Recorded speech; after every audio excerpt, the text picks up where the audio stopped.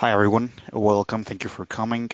Today we'll be having Adam Driscoll. He's a software architect at Stealthbits Technologies. He's also the owner of Ironman Software, LL.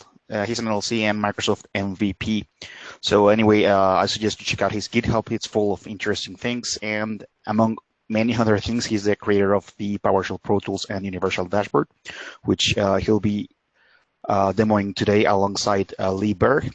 Lee is a technical product manager at Stealthbits as well. He's a content producer and also a Microsoft MVP. He specializes in automation with ITSM solutions, Azure, and DevOps as well. So anyway, this information I stole from the Microsoft MVP public profiles. Please correct me if it's not right, Adam and Lee.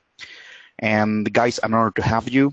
Thank you for coming and welcome aboard. And I'll hand over the microphone to you. And feel free to share your screen and do whatever you need. Reach out to me if you need anything. Great. Yeah, thanks a lot, Eric. I'm actually going to pass this off to Lee first to start off. Lee, if you want to share your screen and kind of get going. Yeah. All right, great. Sure. I will definitely take the screen share. I believe this is my first time using Circuit, so everyone should be seeing a PowerPoint slide here momentarily. Yes. Yep. Okay, excellent. Okay, perfect. So what we're going to be looking at today, and thanks again for the introduction. I think the MVP profile information is all correct, so we're going to go ahead and go with that. Basically, what we're going to do is talk a little bit about what Ironman Software is doing.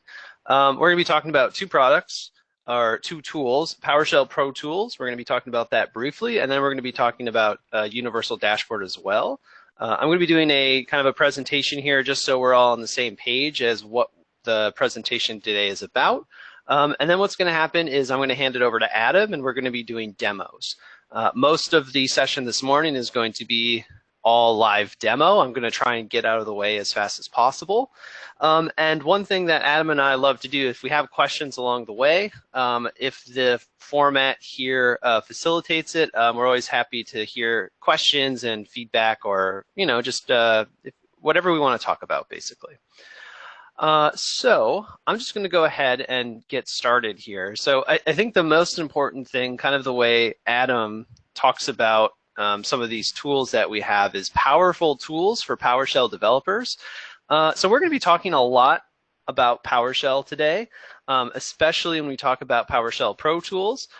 Just know that even though that is the case, if you're not a PowerShell person, if you're not familiar with it, if you don't work with it that often, there's still going to be something here for you that I think you're going to find interesting. So if you're not a fan of PowerShell, that's okay. Bear with us. I think you're going to see some pretty interesting things as well. So to start off with, we're going to talk a little bit about PowerShell Pro Tools. So this is something that I believe has been around the longest when we're talking about what we're presenting today. PowerShell Pro Tools is really, again, a set of tooling for people who are working in PowerShell. So this first part of the presentation is going to be for those people who they live, work, and breathe in PowerShell. And Pro Tools is a series of utilities that allow you to put user interfaces, package scripts, build installers, and actually do a lot of things that can kind of make you work more efficiently in PowerShell and allow you to do some things that, the simple PowerShell ISE or Visual Studio Code wouldn't really allow you to do. Again, user interface designer, so being able to have those kind of more traditional Windows forms controls like WPF that you have in Visual Studio, except for, as we can see here in a project view, I can actually embed that right on top of a PowerShell script. So if I want to build some kind of provisioning process that is based on top of a PowerShell script, but I want a kind of rich form on top of it, I can do that. There's also some tools to allow profiling. So again, this is just a screenshot of Visual Studio Code, but one of the interesting things that we see here is it's actually profiling all the steps in my PowerShell script. So if I'm someone who's responsible for building automation or long-running scripts or anything business critical, it's usually a good idea to go ahead and profile that make sure you know how your scripts and your automations are performing. And then as well, another feature in this tool set is the ability to actually package up our scripts into executables. So there's going to be many instances where, for example, I am building process with a PowerShell script, and maybe I just don't want to send a loose PowerShell file around. I don't want to use this in an automation process or any process. Maybe I want an executable that at the end of the day is just running PowerShell. I just want it all packaged up for me. So there's many little features that PowerShell Pro Tools has, but these are some of the larger ones that I wanted to highlight here. Again, it's really built for the people on the call. If you're working in PowerShell day in and day out, there's going to be something here for you that's probably going to save you time, and it's probably something that's already on your wish list. Let's put it that way. So if we have time at the end of the session, and I know we only have an hour and we have a lot of demos we want to get through, Adam will be showing this at the end of the session in a demo. So stay tuned for that. But until then, what we're going to actually talk about is PowerShell Universal Dashboard. So this is what we were kind of suggested today to focus on. And Universal Dashboard, it's a newer product, and really what this does, it allows you to build, we say, interactive websites and REST API with PowerShell scripts. So the name is Universal Dashboard, but it's a lot more than a dashboard. And we'll dig into that here, and so that we all kind of understand what that means, and then we'll go ahead and go into a demo. For me, the best way that I like to explain this to people when I'm introducing the tool is it will take something like this, which may be my PowerShell scripts or my processes, and it allows you to turn it into something like this. So the whole concept of Universal Dashboard is that I can basically build a rich web-based UI front end on top of my PowerShell scripts.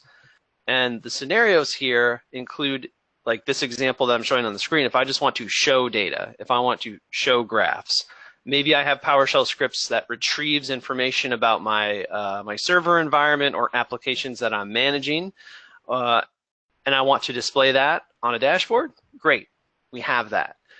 The other thing about Universal Dashboard is that because it's all based on PowerShell, everything about the dashboard that I'm defining on the back end is PowerShell. I can embed my own PowerShell scripts into the dashboard, and that allows me not only to see information that I'm getting or managing with PowerShell, but I can also interact with it. I can put buttons onto dashboards. I can build forms that on the back end, they're interacting with these PowerShell scripts that I have in my administration, that I as an administrator have built. I just want to be able to put it on a dashboard and be able to control it through a UI rather than just interacting directly with a PowerShell script. Some other cool things is that this also functions as a REST API, meaning it can work as a REST client, so it can connect to other other third-party APIs, and processes, but then also it can serve up its own APIs. So I can wrap a PowerShell function, a PowerShell module, a PowerShell script in a REST API that is available for other processes to use as well. So we're going to take a few minutes here just to dig into that, and then again, Adam's going to show you what this means. So some of just the key features for Universal Dashboard. Allows for the creation of web-based dashboards and API. It's authored completely in PowerShell, so you don't have to be, the air quotes full stack engineer. You don't have to be kind of this. You don't have to have a huge development background. If you know PowerShell, then you can basically do everything in this product. It has built-in controls for things like we saw in the last slide: charts, tables, grids, simple user forms, things like that. And one of the most exciting things here as well is the fact that it is cross-platform, and basically what that means is it can be run more or less anywhere Windows PowerShell or PowerShell Core can be run. So when we're talking about PowerShell Core, that's actually a very interesting set of technologies Microsoft is developing. because it allows you to run PowerShell basically anywhere, including Linux. So very quickly here, some of my favorite features, some of the things that we like to highlight is the fact that we can use existing scripts. So if I've put the time in as a developer, a PowerShell scripter, to put together modules and functions, I can bundle those right into my dashboard so that the things I want to display are coming right out of my own scripts. I can also build a front end to interact with these scripts as well. Very easy to run and host. So like I said before, because it's using PowerShell and PowerShell core, I can deploy these dashboards through Docker. I can put it on a Linux server and run it through a web server with Nginx, IIS, or I can just run it straight from command line or PowerShell ISE as well. I already mentioned this, but again, it's very important to know that if you're comfortable with PowerShell, you can build yourself a dashboard and a user interface. And finally, like I've been saying all along, it's more than just a dashboard. So the fact that we have scheduled functions, you have those REST APIs, you can do a lot with this. And that's really one of the focuses that Adam is going to show you. I also have a little note on here too that it has enterprise features. So while Universal Dashboard does basically have a pro/enterprise version, the base version, which you call the Community Edition, is entirely free and it's open source on GitHub. So if you take anything away from this presentation, if it seems interesting, just know you can go out to GitHub, run this on your own machine, and start playing around with it. We're just going to define a few concepts, and then we're going to hand it over to Adam. But I'm using the term dashboards. That is basically the top level element in Universal Dashboard. And what we mean by that is when I start this process, it basically behaves as a web server, and it's operating on a port. And then it includes things like charts and APIs, all the components that I've been talking about already. And you can run multiple dashboards on a single server. They just listen on different ports, basically. They operate on these different ports. So no, the dashboard itself is the highest level of element. And then everything else I'm going to talk about in the next slides actually are built or contained by the dashboard element. Now, before I start listing some of the other components, I did want to highlight a few community examples. So it's actually been really rewarding to see that there's actually kind of a community behind Universal Dashboard. And I just wanted to have a slide here to show some of the things that people are doing with it. We have people who are building dashboards for orders at their company. We have someone who's doing a printer dashboard. We have, for example, people who are monitoring VMware environments, people who are using it to provision Duo Mac multi-factor authentication clients. To me, the point of this slide is the fact that with the popularity of PowerShell, and again, whether you like PowerShell or you don't, you can't argue that PowerShell is very popular, especially in Microsoft environments. If you're using Microsoft software, it's that mandate from Microsoft that everything has to have PowerShell support. Just based on that fact, there's a lot of things you can do with this very quickly and easily. So it's been interesting to see some of the things people have been building with this. Couple more slides here. Endpoints. So dashboards can contain endpoints, and an endpoint is basically saying, I want to embed a PowerShell script into my dashboard server, and this will execute server-side. So if I want a dashboard to display information about some servers I'm managing, I can use PowerShell to either reach out to those servers or a server manager to display information about the servers on my dashboard. And I can do that just by taking my own PowerShell scripts and embedding them into the dashboard for execution. And I also want to make sure I cover REST APIs here. Again, the fact that Universal Dashboard not only can use scripts inside the dashboard to pull information or execute commands, but I can expose a REST API that other processes can reach. And the power of that is when I'm defining this in Universal Dashboard, I can say, hey, if someone sends a HTTP request to this API, I want to run this PowerShell script, or I want to return the output from a particular PowerShell script.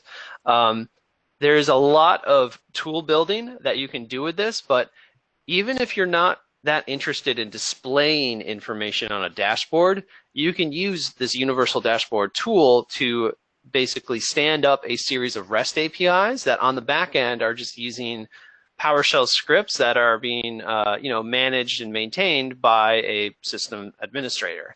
So there's a couple of really cool use cases here. Again, the importance of the REST API and the endpoints I'm talking about is just to understand that it's more than just a dashboard. It does that really well, but you can do some other really interesting things with it as well.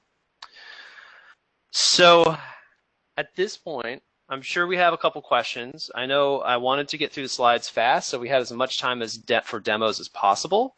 If there are some things that don't really make sense, or maybe we're trying to figure out how all these components fit, I think the demo that Adam is going to do next is going to help piece these things together, because Adam is actually going to basically build a dashboard from scratch. So we're going to start with something very simple and add on to it and kind of go through all those features I just talked about. So I'd like to throw out something. I'm Sure. part of the transition and transformation team, and I've been kind of eyeballing this for a while. One of the things, part of what we do, of course, is migrating servers from a client data center to ours. And I'm interested in being able to create something that could run health checks on the servers and then display the status in a dashboard, and then periodically refresh, so they just runs a health check on the server, something fails, it flashes, it shows it in red. We get the engineer to fix it. At some point it rescans, and then it shows, clears it up on the dashboard, and we'll be able to have a constant status of how our migration is going. And so I'm interested in seeing how this would fit in, with being able to do something like that. And unfortunately, I'm going to have to leave in about 10 minutes, so I'll be watching the recording. Okay. I really like that use case, and Adam, I think I have a couple ideas to just, it gives me some ideas, and I'll tell you how maybe I would build that, and then I think once I do that, I'll hand it over to Adam, and he can probably take away with the demo, and then if he has any suggestions for this scenario as well, I guess I'll let you take that, Adam. But in that case, in this scenario of wanting to monitor health of a particular migration or a particular set of servers, what you would do is you would set up a dashboard, which Adam is going to show you how to do, and then you would basically, you'd want to write some kind of process. So the simplest way to do this would be you would more or less build a PowerShell script that would retrieve the information that you want. So if you're trying to monitor these servers, it could be a simple ping. Maybe you're going to connect remotely to these servers and scan the service status. Whatever the criteria is that you're looking for, more or less you would want to build a script that would return that information. And then what I would do is in Universal Dashboard, I would embed that script, and I would set it up to run on a schedule. So whether that be once an hour, once a day, once every 5 minutes, the Universal Dashboard server would then be running this script, and the output from it would then be directly ported on to the dashboard itself, and your dashboard would basically auto-refresh whenever it would get new data.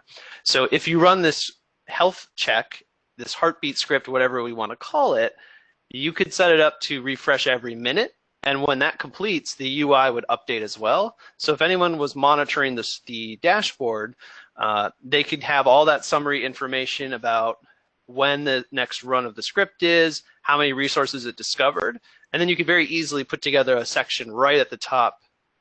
Okay, I want to see problems. If I have a problem, I want it to be red. I want it to be the first thing I see on the page. And then, a summary of all the other servers that are okay or in progress can go underneath that.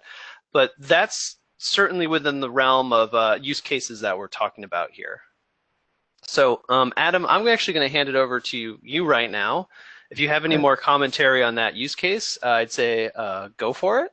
But otherwise, I'm going to turn off my screen share and hand it over to my colleague, Adam. All right, sounds good. Thanks, Lee. Yeah, I think that was right on key with how I would build that dashboard sort of thing. So Universal Dashboard has these built-in scheduled endpoints that can retrieve data kind of on a schedule, and then you could populate your dashboard with that data. I'm not actually going to build something with scheduled endpoints right now, but I am going to show you kind of how to build a dashboard, with data from some other environment kind of thing. So I'm actually running a server 2016 domain controller right here. So if we look at this domain controller, it's running server core, so it doesn't actually have a UI on top of it. If I type get AD domain, you can see here's my domain, ironman.com, running Windows 2016. So if I were to start to build my dashboard, some of the things that I would do would include going and getting that data. So this might seem familiar for anyone that's administered Active Directory domains before. These are kind of some standard commandlets that you would use. So if we actually went over here into our domain controller and we did get AD user, specified a filter, you can see I have a bunch of users in my environment. Adam, is there any way you could zoom into that console? Because it's sure high resolution. That a little bit better? I can also probably make. Sure, that's better. Yep, Okay. thank you. That's a lot better. So what I actually did here, if you missed it, was that I did get AD user and then specified a filter of stars, so then it returned all the users that are in my environment. So I just have a bunch of like test users in this environment. And back in my PowerShell Visual Studio Code extension here, I'm running a PowerShell script that is going out and it's collecting those different tidbits of information, my users, my computers, objects, and forest information, and it's just storing them in some variables that I'm going to be using in my dashboard. So in order to kind of get started with Universal Dashboard, the first thing you're going to need to do is actually install the module itself, which is up on the PowerShell gallery. So if you just use install module, Universal Dashboard, you can bring that down. If you want to use the community edition, you can just do universaldashboard.community. Again, it's up on the PowerShell gallery. So kind of the first step that you need to get started with UD is, as Lee said, there's kind of a couple concepts here. The high-level concept is a dashboard itself, and that's kind of where you define all your pages, you put all your controls, you can kind of customize things like the title and that kind of stuff. And then after you define your dashboard, you can actually start your dashboard. So you can kind of think of that as actually starting up the web server itself, because that's actually what it's doing. It actually uses ASP.NET Core, which is Microsoft's a web framework technology. And it's actually running a Kestrel server that is listening on this port. So in this case, we are starting this on port 10,001. And if I were to actually execute this script, what's going to happen is first it's going to prompt me for my credentials for my domain. And it's going to collect that information that I actually typed in there. And what you'll see down in our terminal here is that we have our dashboard, which is now running on port 10,001. So I'm going to pop over to my web browser, and what that produces is an actual website here that has the name that I specified for that dashboard, as well as a couple different pages. So if we go back to our script, you'll see that above this dashboard I had defined a couple pages here. One being the home page. It doesn't have any content right now, and then another like create user page. Specified a couple icons. You can kind of customize all kinds of things in UD, so like colors, icons. You can pretty much put any HTML control that you want in here. But we also have a bunch of like high-level controls, so you don't actually have to write HTML or CSS or anything like that. It's all kind of built for you, and then you just use your PowerShell script here. So let's actually go ahead and define a couple cool controls. So earlier this week, we actually released the 2.4 version of UD, and that brought in a new control called New UD Grid Layout. And what this allows you to do is actually lay out things in your page from within the browser. So previously, you had to kind of like write a bunch of PowerShell script to lay things out, which you can still do. But this allows you to kind of do this in the browser, so it's more of a drag and drop experience. So we're going to take advantage of that during this demonstration. So one of the simple controls that people will use often is something like the new UD grid control. So the idea with new UD grid is it allows you to create a grid and show data that you might have a lot of. So for example, users, I think I have a couple hundred users in this environment. I don't want to show them in a flat table because it would be a very long table. So what the grid allows you to do is create a table that is searchable, pageable, and sortable. So in this little naive implementation, what I'm doing is I'm actually creating a grid. I'm going to title it users, and then I'm going to call this endpoint. And this endpoint will run every time the page loads. So you can put whatever you want in here, any PowerShell script. So you could go out and talk to a remote system. In this case, I'm just loading it from that cache variable. I could go out to Active Directory every time to get this information fresh, that kind of thing. From there, I'm actually selecting a couple of properties that I want to show on this user. So the name, the given name, the surname, whether or not this account is enabled, and then when it was created. So if I save this dashboard, one thing I gotta do, otherwise we're gonna run into an error. And then I'm gonna restart this dashboard. If we go back to our web browser and we give this a little refresh, now you'll see that our grid is loaded and we have a grid of users. So I have the users that were created or that are in my environment currently, whether or not they're enabled, when they were created. So all the properties that I selected right from my PowerShell script. And like I said, we're using the new UD grid layout control, which kind of allows you to like adjust the size and drag it around, that kind of thing. It also stores the state in local browser storage. So if you do move it around and then refresh your page, it'll be there when you go back. And like I said, you can kind of page through these things and that kind of thing. So that's kind of the idea of a grid. I mean, you can put all kinds of stuff in grids. It allows lots of functionality in terms of like what ends up in the rows as well. So you can put things like buttons or links to other pages and that kind of thing actually in the grid. If you wanted to like enable or disable users directly from the grid, that kind of thing. So that's kind of one of the basic controls that people use a lot. Another one, which is a little bit more fancy, is the ability to build charts. So just like you would with any kind of reporting platform, you want to maybe visualize your data in a particular way and then display it in a chart.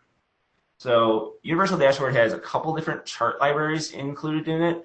One of them is called Chart.js. It allows you to kind of build some basic charts, pie charts, donut charts, bar charts, line charts, that kind of thing. And then you can take your PowerShell data and format it in a particular way, however you want to, chart that data, and then output it as a chart in Universal Dashboard. So in this particular example, what I'm doing is I'm creating a pie chart that has the title of top classes. So previously, what I had done is I had retrieved all the objects in Active Directory. Probably not the the best way to do it in a large environment, but my domain is kind of small. So what I'm going to do is I'm actually going to look at the object class for each one of these objects and then group them by object using the group object commandlet, which is just part of PowerShell. And then from there, I'm going to sort by that count of the groups. So depending on how many objects of a particular class, I'm going to sort them descending based on that count. From there, I'm going to select the top 10 classes, so the most frequently used classes in my Active Directory environment. And then finally, I'm going to output them into my chart, selecting the count as the data property and the name as the label property. So what that does is it creates a pie chart based on the count and name of the object classes in my environment. So these are all very PowerShell-y things. So group object, sort object, select object are all just part of PowerShell, and then I'm outputting it into Universal Dashboard. So now if we save this and run it and go back to our browser, do a little refresh, you'll see that the top classes card has appeared here, and this is the chart that I just created. If I expand this out a little bit, now you'll see that I have a pie chart. So this is actually data that came right from my Active Directory environment, and you can see that some of the more frequently used objects are containers, users, computers. And being that this is like an HTML page and it's using JavaScript and stuff, it's actually kind of dynamic. So if you wanted to dig in, hide some of these groups and that kind of thing. So that's kind of an example of building a simple pie chart. So the charting library itself is actually very customizable. So if you wanted to get a little more complicated in terms of like the charts that you're building, you actually have lots of options. So in this case, I want to create a bar chart. And this bar chart is going to show user count. So I want to see total number of users versus disabled users in a bar chart. So I have a list of all my users, which again I got with get 80 user right here. And then I'm going to get the users, just the total count of users. And then I'm going to get the users that are disabled. So where these users are enabled equals false. And then I'm going to put that into an object or a variable here. And then again, I'm just going to output based on the value and name of this data just in PowerShell. So again, you could be getting this data from anywhere. In this case, I'm just getting it from a variable, formatting it in a particular way so that it matches up with how I want to display it in the chart, and then outputting it in the chart. But you also have access to like all kinds of things. So for example, the chart.js library has ways for customizing your x-axes, scaling, you can do logarithmic scales and all that kind of stuff. So there's ways to just like pass in arbitrary options to customize these charts to however you see fit. So in this case, I want to start the y-axis at 0. Otherwise, it'll start at the lowest number. So if I have 100 disabled users, it would start at 100. In this case, I want to start at 0. So if I run that and I refresh that, you'll see now I have a bar chart. Again, it's starting at 0 since I passed in that option. I have 113 users in this environment and 12 disabled users. And yeah. So one other control I wanted to show off that is pretty standard is the ability to like create a table. So there's lots and lots and lots of controls in UD, and I'm not going to go through all of them. I just kind of want to show off some standard kind of reporting feature type controls. In this example, I'm going to be using a table. So a table is much like a grid, except it doesn't support paging or searching or sorting or anything like that. And I just want to display my forest information. So it allows you to customize things like the headers, if you want to like space in the root domain, even though the object itself doesn't have it, that kind of thing. So you can just use standard PowerShell script to kind of like format the data that you get from PowerShell and then output it to the table. So if we run that again, finally I have a table that is now in my dashboard that shows off the forest information. So you can see that there's the forest name, the root domain, as well as the forest mode, which we saw coming from that VM. So it's running a Windows 2016 forest. So all this data is coming from Active Directory. As you can imagine, since I'm just interfacing here with PowerShell, there's nothing stopping me from getting this from a REST API or any one of the hundreds of PowerShell modules that come included with like Windows Server, that kind of thing, or up in Azure. So pretty cool way to kind of like aggregate data together, or just visualize data in a single system like I'm doing here for Active Directory. All right, but like Lee said, like Universal Dashboard's kind of become a misnomer. It started out as Universal Dashboard. It was just this kind of thing where we're reporting on data. But being that it's PowerShell and it's interactive and it's used for automating things, lots of people started asking for the ability to actually create objects in their environments, interact with different things in their environments.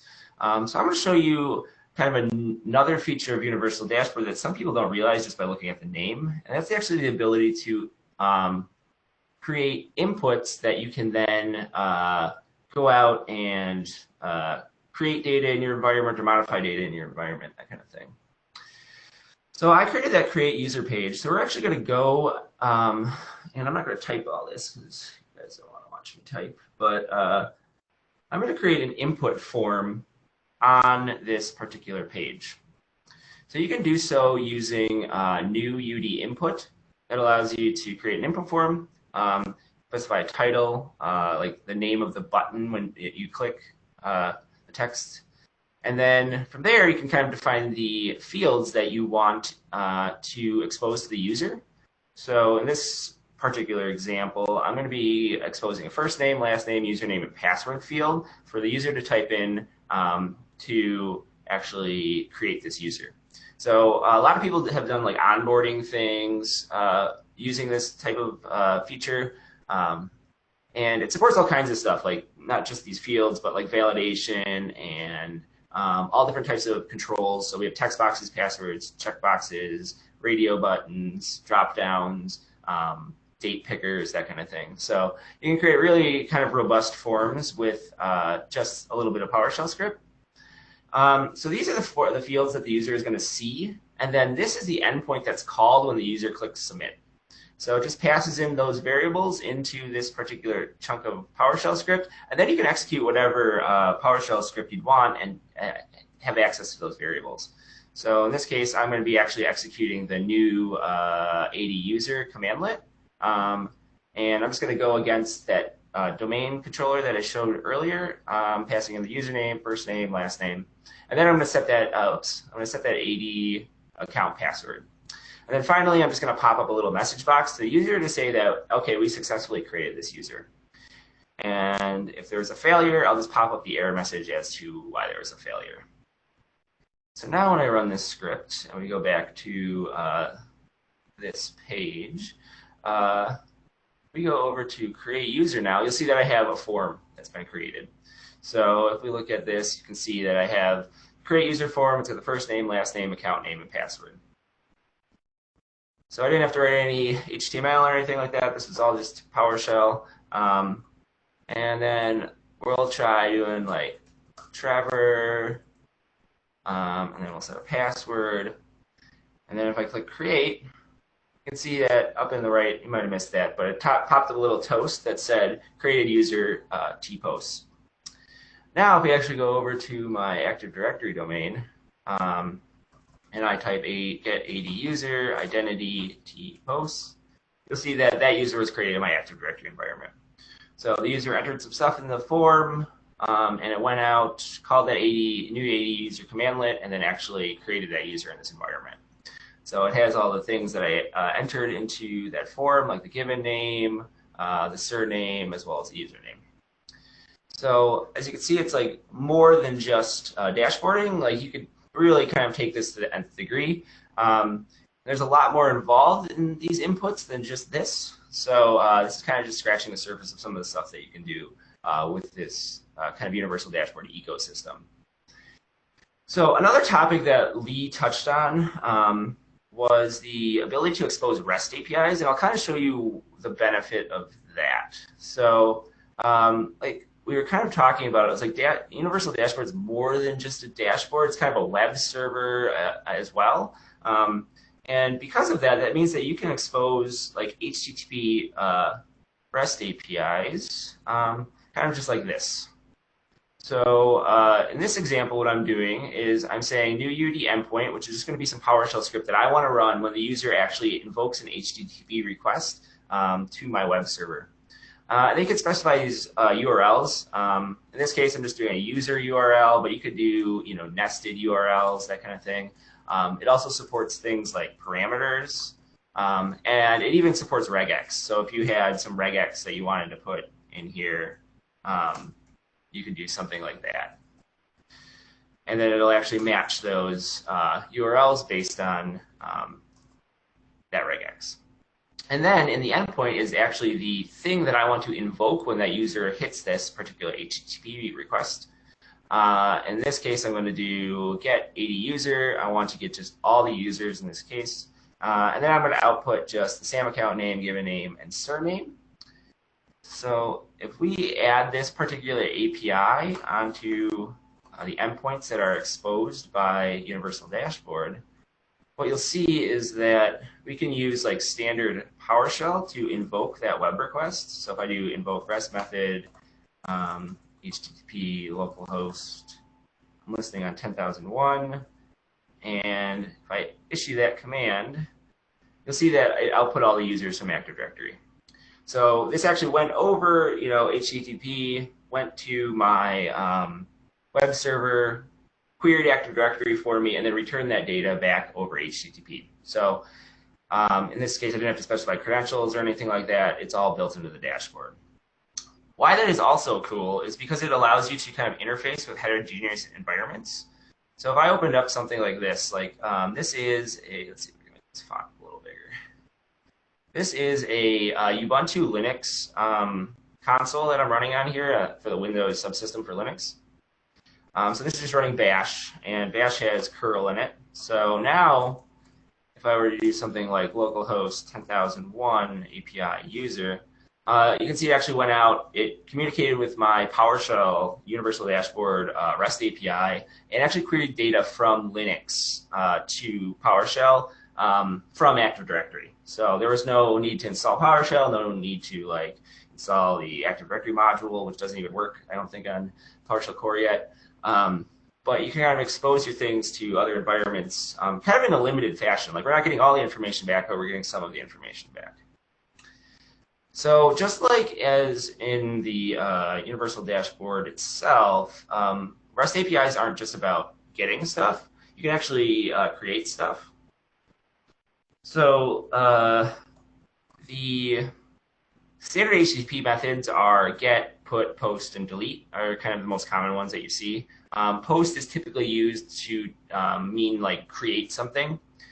So what we can do is we can actually expose a post method through Universal Dashboard, kind of on the same URL, except that this time we're going to actually post data from like over an HTTP request to this endpoint, and then it's going to go off and create something in our Active Directory. So if we look at the implementation here, you're going to get past the body parameter, which is just the data that's getting sent up to you. And I want to actually convert that from JSON into a user object and then create a new user in my Active Directory environment.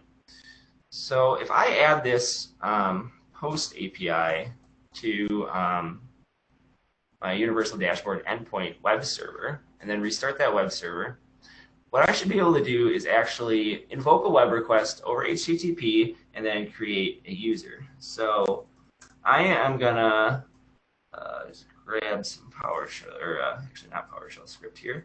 I'm actually going to go back to this Ubuntu Linux command line and then post this curl command.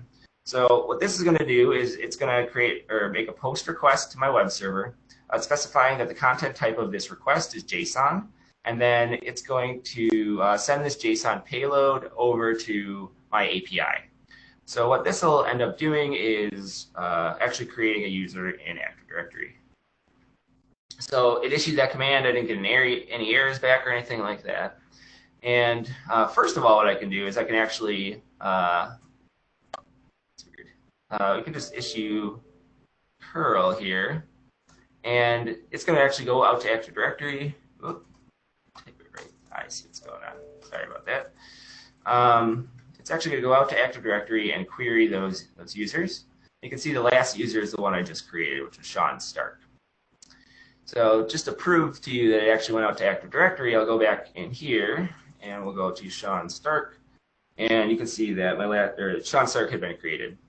So that was actually an HTTP request I made from Linux over to the Universal Dashboard REST API, which then created a user in Active Directory and on a remote machine that's even different than where the Universal Dashboard instance is running. All right. So that's kind of the concept of the REST APIs. There's a lot of configuration you actually can do there in terms of the parameters that you get in. We also support authentication against the APIs, so you don't just expose them arbitrarily. You can do JSON web tokens and that kind of thing. So you can kind of lock down who has access to this, but then it kind of allows you to interact with remote systems, be it Linux, Mac, or Windows. One other topic I wanted to cover for this Universal Dashboard demo was authentication. So it's like Lee said, it's more than just dashboarding. It's becoming like this whole web framework. And one of the key concepts in a web framework is the ability to kind of lock down who has access to these resources. So Universal Dashboard actually has some built-in functionality to expose login pages and other authentication mechanisms, as well as like role-based access controls and authorization policies and that kind of thing. So what I'm going to show off here is just kind of a simple login page. So there's a couple different authentication mechanisms built in. There's forms auth, which is what I'm showing right here. There's OAuth. There's Azure Active Directory integration, as well as Windows Single Sign-On, which includes like Active Directory integration. But in this case, I'm just going to kind of show off quickly how to do forms-based authentication. So the idea here is you define an authentication method. In this case, we're doing forms. You can do multiple authentication methods on a single page, login page. But in this case, we'll just do forms. So you get a credential from the user, which is a PS credential object. And then from there, you could pass it off to any system you'd like to validate this user's credentials with. You can see that my very super secure website here is going to just check to see if the username is administrator. But I could go out against Active Directory here and validate, the credentials work and all that kind of thing. But I'm just checking to see if the administrator is logging in, and if they are, I will return success. And if not, I'm going to return an error message and say that they are not allowed to log in. After that, all I have to do is pass in my login page to new UD dashboard, and then since I'm not running with a certificate, I just need to allow HTTP for login. Now if I start up this guy, and we go back to our browser here, give it a little refresh, you'll see that we're presented with the universal dashboard login page. So it's going to prompt for a username and password. If I would have done something like OAuth or something like that, if you only do one OAuth method, it'll automatically pass it to the OAuth provider of choice. Like it supports Facebook and Microsoft, Twitter, all these ones. Or it'll have a button here that you can click to go log into one of those systems. But since we're using Forms auth, you'd have to type in your username and password. If I type in an invalid one, remember that only administrator is allowed to log in here. I click login. You're going to see that it actually gave me that error message that I kind of configured in Universal Dashboard, the PowerShell script. But if I were to log in as administrator, if I spell it right, then you'll see that I'm presented with the actual login page, or the login dashboard. And you have access to information in your dashboard about the user that's logged in. So you can kind of customize your dashboard based on who logs in. So if you wanted to only show certain information based on maybe a group they're in or just based on their username, that kind of thing, you have all that information, so you can kind of dynamically build your dashboard around who logs in. And also there's a sign up button now presented in the top right here that I can actually click and it should sign me up, but it didn't. Why did it work? But yeah, so that's kind of the universal dashboard demo that I wanted to do. I think I'm going to quickly go through Posh tools too, just to give you a little a taste of the kind of difference between the two tools and kind of how they're similar and kind of how they're different. So again, universal dashboard is just for building out dashboards and web framework kind of stuff. So you can build HTTP REST endpoints, you can build these reporting dashboards, and you can build controls that users can kind of access remotely to interact with different systems in your environment without giving them, access to the root admin console, that kind of thing. All right, so we're going to actually pop into Visual Studio quickly. I think I got about 5 minutes probably to go through this. So PowerShell Pro Tools is actually built on, well, PowerShell Pro Tools comes in 3 flavors. It comes in a flavor for Visual Studio proper, the whole Visual Studio suite. There's also an extension for Visual Studio Code that gives you a lot of the functionality. And then there is a PowerShell module that's up in the gallery that gives some of the functionality as well. So you can kind of pick and choose how you need to use this and then install it in your environment depending on your use case. Originally, PowerShell tools for Visual Studio is what I built, and that's the PowerShell language support for Visual Studio, and that gives you things like the syntax highlighting and let's see, I'll make this a little bigger. It gives you the syntax highlighting. It gives you the IntelliSense, all that kind of stuff that you would expect from a PowerShell editor inside Visual Studio. And then built on top of that is what PowerShell Pro Tools gives you. So PowerShell Pro Tools, some of the things that it can do, Lee kind of went over, but I'm going to show off just a couple of basic features that people use most frequently. The first being the Windows Form Designer. So this is the standard Windows form designer in Visual Studio. You're going to see some things like on the left here, we have the toolbox that contains all the standard controls that you'd expect. In the middle here, we have the designer like canvas where you can actually drag and drop controls onto the canvas and create forms.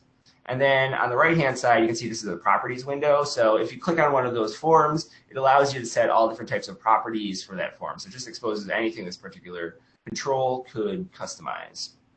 So that's actually all built in the Visual Studio, but what PowerShell Pro Tools actually gives you is the ability to generate PowerShell script based on that. So if we look at kind of the behind-the-scenes form designer code, it actually generates all this PowerShell script. So I know some people write this by hand. There's some other tooling to do this, like Sapien PowerShell Studio does something similar to this. There's also Posh GUI, which is like a web-based version of this. But this kind of lets you run it locally in Visual Studio to create your forms and generate all this code so you don't have to type it for yourself. And like I said, that kind of has been generated based on options I've selected here. So if I wanted to, for example, modify the font of something, I can just come over and like if I want to change the size from like 8.25 to something larger, I just change that in the properties window, and you can see on the left here, it's actually increased the size of this particular field. All right, I'm going to put that back, otherwise it's going to be hard to read. All right, so now that this has been like designed, one thing that you can do is you can actually hook up event handlers to the buttons and all the different controls. So what I've done is I've actually hooked up some PowerShell script to this create click button. And I'm going to be doing the same thing that I did in Universal Dashboard, just in a form inside Visual Studio. I'm actually calling new AD user. I'm getting some values from the text boxes that are on this form. So the username text box, the first name text box, and the last name text box. And then I'm just going to call out that the user was created using a message box. So this is kind of using the standard Windows.Forms libraries to generate this form.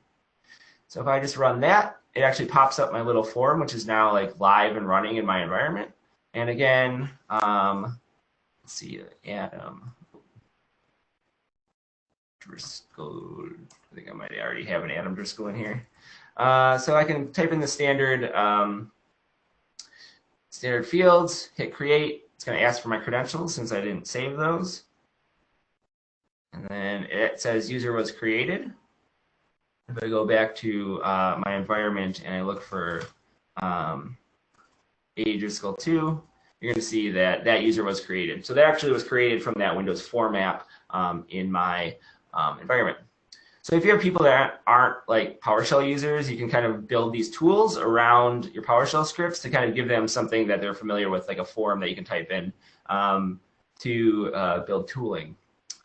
And finally, the last little tidbit I wanted to show you is, in the current configuration here, I'd have to provide my user with these PS1 scripts, which may not be ideal because they could come in and edit these and they wouldn't work anymore, or they could edit them and they would do something, undesirable, that kind of thing.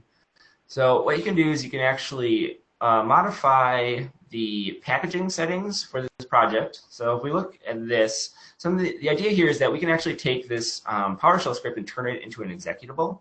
So it's not compiling it like a C# file would. It's not actually making like machine code out of it. What it's doing is it's like wrapping a PowerShell host around your script, and then it's allowing that script to execute without having to provide a PS1. Someone could just double-click the executable and then run that script.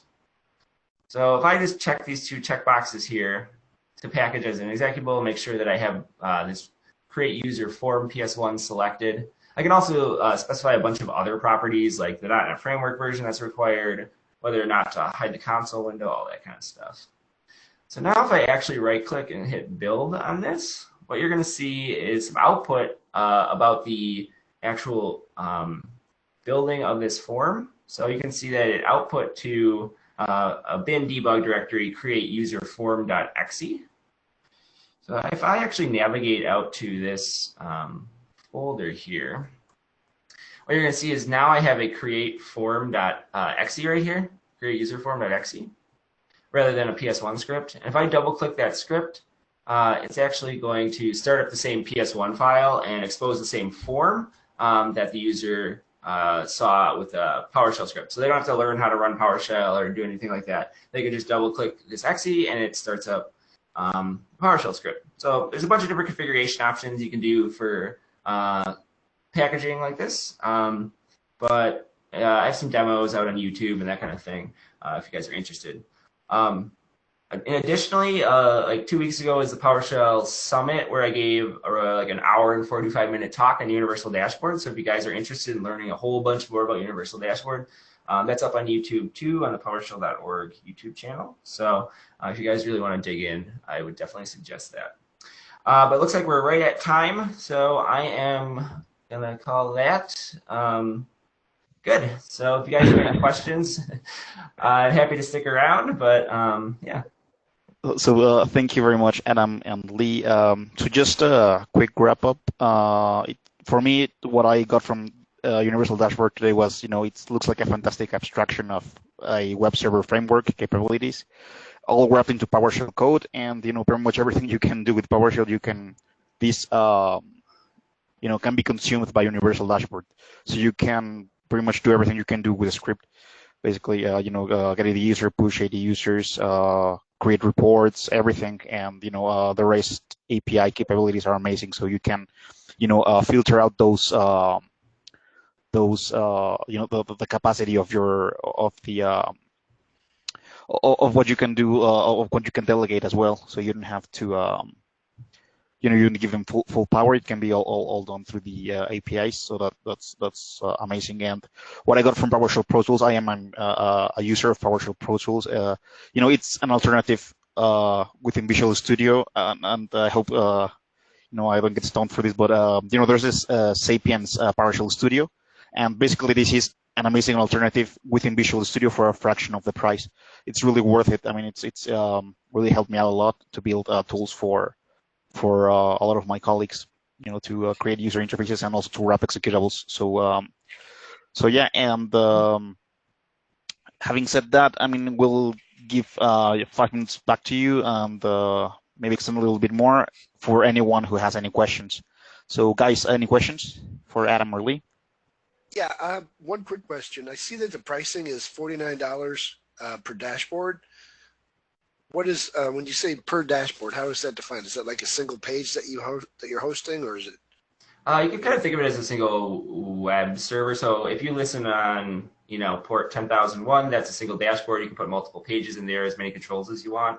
If you want to stand up another dashboard on like a different port or on a different server, that would be another license. So. Okay. Thank you. Yep. Yeah, I have a question. The price for the dashboard that you mentioned about the Ironman thing, is a license that is going to be for all the time, or we have to pay that annually or monthly?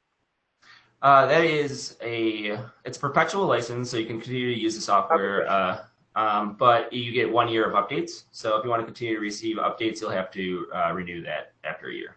Yeah, another question. If we have Visual Studio Professional, we have that include, or we already have, we need to pay for that? Say again. Do we have Visual Studio, the professional thing? Oh, those are two different products. So yeah, those would be, those are two different licenses. Yeah. Oh, okay, gotcha. Thank you. Yep. So just remember, there's a community edition, same as in Visual Studio actually. There's a community edition and the enterprise edition, so it's the same with the dashboards, right? So you have the enterprise edition and the community edition. Yep, exactly. So community is free for use, basically. Right. And Hi, Adam. This is Jorge. I have a question. Is it dashboard? Is it dependent on an existing web server like IIS, or does it actually implement a standalone web server? It actually implements a standalone web server via the ASP.NET Core web framework called Kestrel. So that's actually included, but it does integrate in IIS. So if you did want to host it that way, you could as well. So.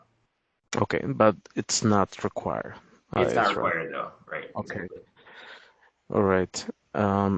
And yeah, about the different, I didn't catch it if you mentioned it. What's the difference between the two editions, the community edition and the enterprise edition of dashboards? So the Enterprise Edition supports all the authentication and authorization features. It also has a couple extra controls. If you go to the Docs website, there's a full rundown of this, but mostly it's the Enterprise has the authentication and authorization features, and then Community has pretty much everything else. So. Okay, great. So, and I guess talking about security, it is allowing users to load an SSL certificate to implement HTTPS, I guess, right? Yep, exactly. When you use Start UD dashboard, you can actually specify your certificate and that kind of thing, or the thumbprint of your certificate if you want to provide HTTPS. So, yep, it's all built in. So that's actually part of the community too, so that you don't have to worry about getting an enterprise just for HTTPS. So. Okay, and one other question: is it the endpoint when you start listening for HTTP requests on a particular port, the data returned? Do you get to choose like the format you can return, or is it always a JSON or a plain text or a formatted data, or what is it? You can return whatever format you would like. So you can actually set the content type that you'd like to return from an endpoint, and it will return that. So XML, JSON, plain text. The only thing we don't support right now is the ability to download and upload files over, so like octet stream content types, but there's something in our backlog for implementing that. So. Okay, great, thank you. Adam, this is Scott Judge. How are you? I'm great. How are you, Scott? Good. Years ago, I guess in 2004 to 2008, when Sarbanes-Oxley was very heavy, I remember using it in a crude form in a script wrapper, doing PowerShell captured keystrokes and into a key logging file. Do people still use that as that for auditing purposes? I have not heard of that. Okay. I'd be kind of surprised if they did, but yeah, I have not heard of that actually. Okay, thank you. Uh-huh.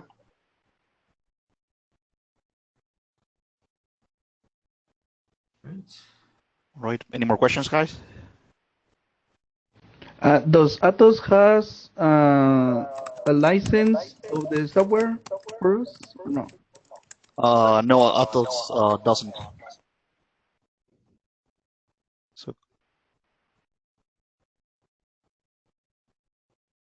So not currently at least. So that's something we might be able to ask in the future, but as of now, that's not the case. Yeah, I think that will be a nice thing to have, right? A question around that. If we build something with the community version, we like it, it's going to work, but then we do need like the authentication piece. Are we able to then buy a license at that time and use it that way?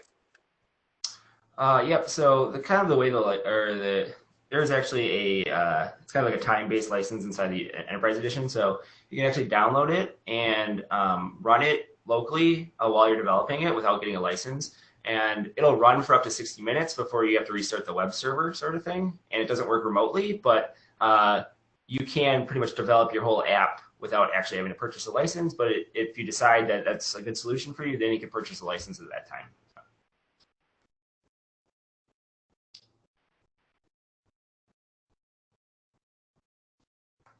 Got one small question, if it's possible. If you're running this and you want to provide kind of resiliency to it, so you want to have an NLB type solution, do you see that as a license, multiple licenses for each deployment of that dashboard, even though it's the same dashboard, or is that one single license? That's a very good question. I guess we haven't really vetted that out. I think in the licensing terms, it would technically be multiple licenses. So, right. Yeah, because it's technically with multiple web servers. But honestly, the first person to ask that. So, but if that first question,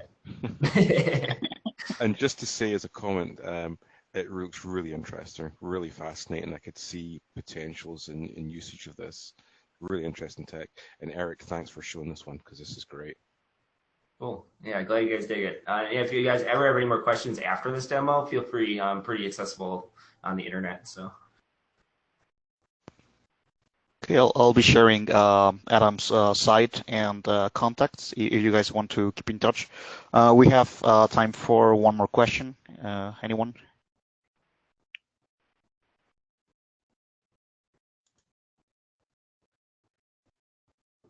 So no more questions for now. Okay, I guess I'll leave it at that. So Adam, Lee, thank you guys very much for joining us and for providing us with the demo, and it was amazing to see it from scratch. Maybe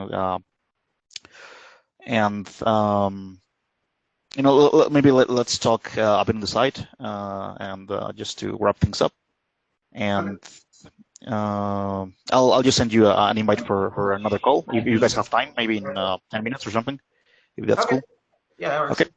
Okay. Right. So we'll leave it at this. Thank you everyone for joining, and have a good day.